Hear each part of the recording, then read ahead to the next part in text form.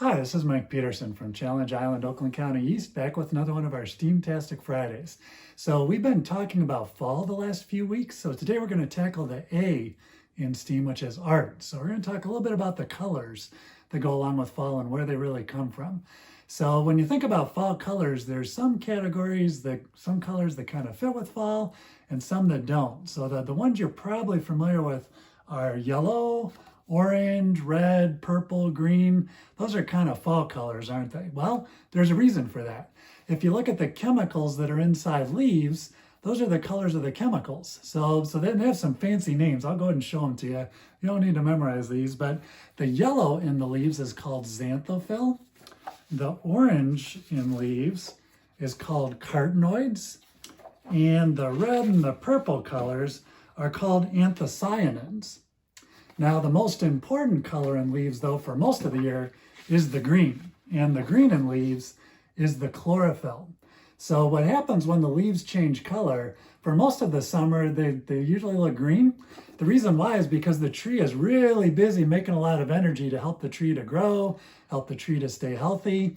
But as we get closer to the fall, the tree's kind of done with that because it's kind of ready to relax for the winter and not worry about collecting more energy. So that green that was in the leaves isn't really needed anymore because it doesn't need to make the energy. So the chlorophyll kind of goes out of the leaves, but then those other colors are actually in the leaves all year round. We just don't see them because the green kind of covers it up. So if it's a kind of tree that uses a lot of yellow, a lot of the xanthophylls, so once that green goes away, then it turns yellow because the yellow is all that's left in there. Or if we've got an orange leaf, that means the carotenoids are something we can see now. And so that's the color that's left. So when the trees change color, it's not like they're changing color. It's more like the green went away and now we're seeing all the other cool colors inside the leaves. So just to kind of demonstrate how that works, it'd be a little tricky to demonstrate color leaving a leaf. But let's try doing a little demonstration to talk about how color gets into things. Now it kind of gets absorbed like it goes into the leaves at the start of the spring or the summer. So what we're going to do, if you'd like to try this at home, is you just need a little bowl of water. If it's clear, it'd make it a little more interesting. Some green food coloring, so that'll be like our chlorophyll. Then we're going to try some different kinds of leaves. So instead of using real leaves, we're going to try some different things here. So we'll use some cloth. This is an old handkerchief I found in my drawer. But check with your mom and dad before you start cutting things out. But we'll cut a little strip of this. So we're going to make a little strip of each of these materials, maybe like a 1/2 inch long and maybe a couple inches all the way across it. Okay, so we'll make a strip of cloth. This is cardstock. This is like a heavier kind of paper you put in your printer. So we'll get a little strip of that. Okay, that one's ready to go. Regular paper, of course, is pretty easy to get a hold of. So we'll cut a little strip of that. And then just for comparison, we'll get a little strip of paper towel too.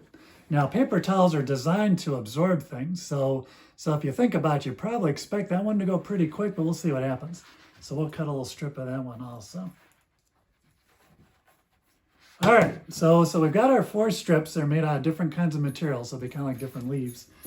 And what we'll do now is we'll put our chlorophyll in so that our leaves can absorb it. So we'll put maybe like 4 or 5 drops of our chlorophyll in there. I'll kind of stir it up a little bit. So we'll get that nice and green. Okay, now what we'll do is I'm going to try and lower these in at about the same time. And we're going to take a look and see if we can tell which one has the green and the chlorophyll go through it fastest and which ones take a little more time to do that. So one way we can kind of set up that experiment is if we fold each of the ends of our material so that can kind of dip into our chlorophyll. And then I'm going to lower these in there as close to the same time as I can. So we've got our paper towel, we've got our cloth, we've got our cardstock paper, and we've got our regular paper. So let's put that in. Okay, now if you were watching, you probably noticed our paper towel went really quick. In fact, it's almost filling the whole sheet of the paper towel right now.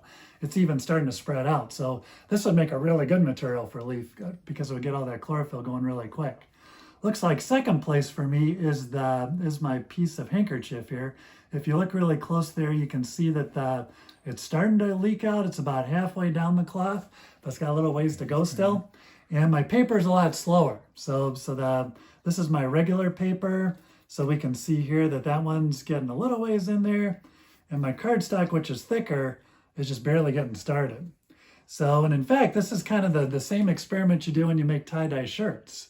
So if you like to try experiment with a little bit of the art that goes with absorbing color, feel free to give that a try. So you can try mixing up some colors, find some different materials to use, and then see how it absorbs to see which one might make a better leaf than others if you're actually designing a tree someday. All right, with that, I hope you can have some fun trying that out. Thank you very much for joining us, and we'll see you again next week.